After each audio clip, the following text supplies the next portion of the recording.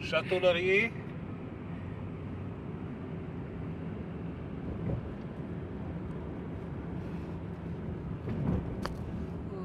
Wow, wow, wow, wow. Les trous ici dans le The Westin Hotel. C'est là que j'ai fait ma graduation de secondaire. Alors, Ren, tu me disais que tu prends des cours de publicité à la cité collégiale. Hey, publicité, communication et marketing.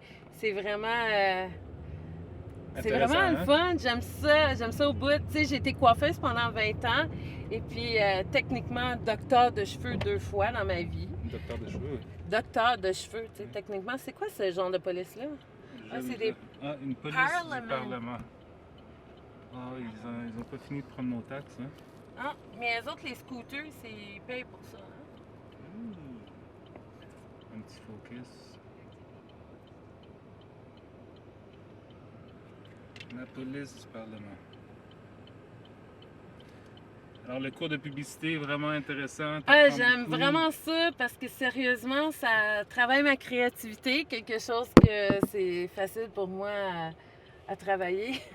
Puis la cité collégiale, je pense que les cours qu'ils donnent, c'est vraiment des cours qui sont pratiques pour des affaires que tu vas pouvoir utiliser dans la vie. C'est pas vraiment de la théorie qui t'explique la philosophie de publicité, c'est plus des affaires pratiques que tu peux utiliser de jour en jour. Oui, justement, j'ai une fille dans mon cours elle l'a fait à l'université, puis après ça, elle est venue au collège pour être capable d'avoir, tu sais, hands-on, qui dit? Hands on deck. Oui, hands-on, pour que ça soit plus... C'est ça, pratique, plus technique. Mes profs sont vraiment bons. Sérieux, là, je suis vraiment choyée dans mes professeurs. J'ai 2 professeurs qui travaillent pour Rouge FM puis 104.1. C'est des stations de radio ici en Outaouais qui sont très populaires, qui sont les plus populaires dans le fond.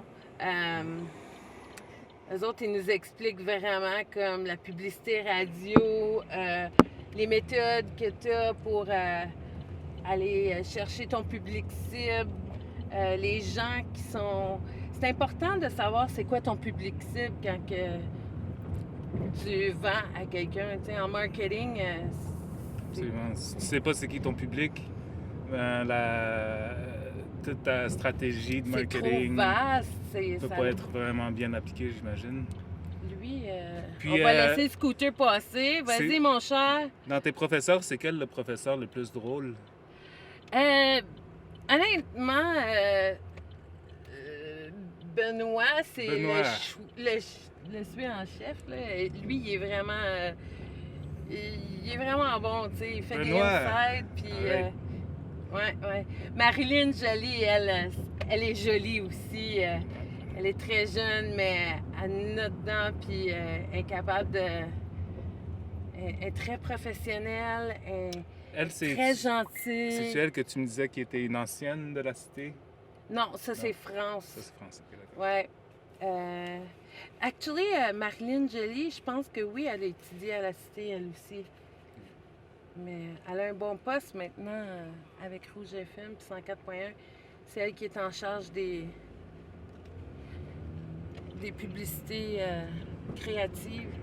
Qui fait les toujours concours. le trafic ici, la construction, ça n'arrête pas. Ça n'arrête pas. C'est fun, ça fait changement. Puis là, qu'est-ce qui se passe avec les cours de la cité collégiale? Parce que... Ben, quand il est arrivé le COVID, tu vois, moi, mon dernier cours, c'était vendredi 13 mars. Vendredi 13 2020. Of course. Et puis, on a eu une fin de semaine. À la place de revenir notre fin de semaine, on n'a jamais retourné à l'école, puis nos cours étaient tous donnés en ligne. On a eu une semaine, pretty much, de congé, de ne pas savoir qu'est-ce qui se passait. Mais la cité collégiale a été très vite avec leur technologie. Ils nous ont envoyé des courriels et puis on a repris le dessus tout de suite. Ils nous ont fait une application Pulse. Je ne sais pas si vous connaissez ça. C'était vraiment facile puis utile aussi à utiliser. C'était quasiment comme si on aimait mieux le faire en ligne que d'y aller en personne. Tu sais, là, qu'est-ce qui était le plus fun? C'était que dans le fond, tu pouvais te réveiller comme, puis avoir ton café, puis être en pyjama, puis c'était vraiment cool. Puis en même temps, ben tu sais, des fois, on s'appelait, tu sais, on faisait notre cours en ligne avec notre laptop, puis on s'appelait sur Messenger, moi et mon amie Tania. Là, on était capable de se communiquer ça.